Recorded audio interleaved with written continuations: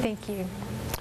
Let's move on to something else that's bugging a lot of people. A major step in the Greek financial crisis. We have talked about this for months, really. The country confirms it will not make a debt payment to the International Monetary Fund that is due today. Okay, so how does this affect the global markets and your money? Financial analyst Lance Roberts with STA Wealth is here with some of those answers for us. Good morning to you. Thanks for being here. Absolutely. Always. Talking about a lot of chaos. You got people lined up at all the ATMs. They're burning euros, all because the government isn't going to be able to pay back this $2 billion. Well, it's more than just the inability to repay the debt. This is about a country that is literally in a depression. People are at high rates of unemployment and inability to make ends meet. You have a very large number of people that depend on government welfare in order to survive. And the threat from the Eurozone is to cut those payments, to reduce the tax inflows, to reduce the payments on welfare. And that's why the country is really upset. Now they're afraid that this is potentially going to expand out to a much bigger issue that will impact them.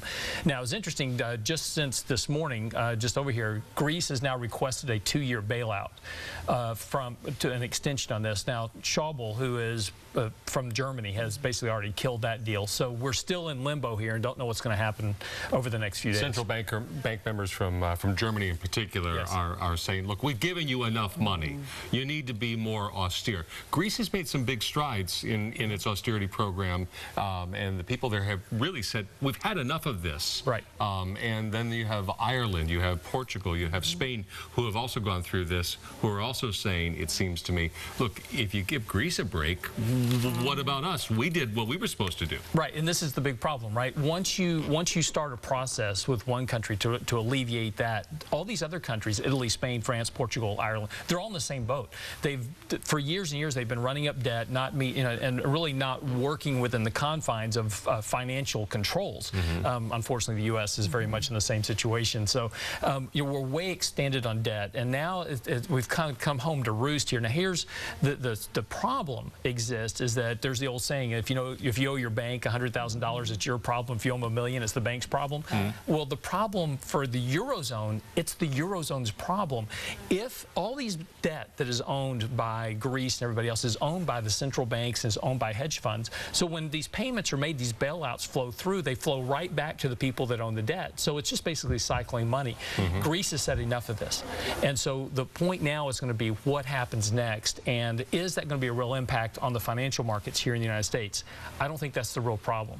You said just a moment ago, we've been dealing with this for months. The financial markets have now filtered this in. They understand what the risks are there. One of the risks that I don't think the markets are factoring in is what's happening in China. China has a huge debt problem. They've been funding massive quantities of debt for housing, credit, extensions, etc. And that stock market has risen up to the 3rd bubble we've had since 1996. There's a very similar case to the peaks of those bubbles and the peaks of the S&P 500 going back to 2000. Each one of these bubbles has ended in also a reduction in stock market values in the U.S. So we want to watch that very closely. So when we see a big drop like we did yesterday in the Dow Jones, do you feel like it's more of that China bubble versus what we're seeing happening in Greece right now? It's much more of that.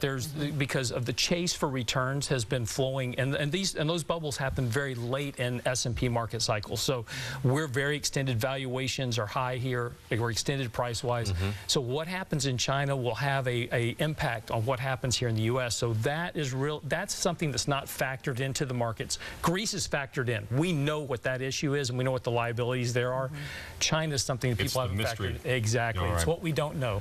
And when that drops, we'll bring you back here. We'll talk about it. We'll get you back. Lance, thank you. We appreciate it. Good to talk to you this morning.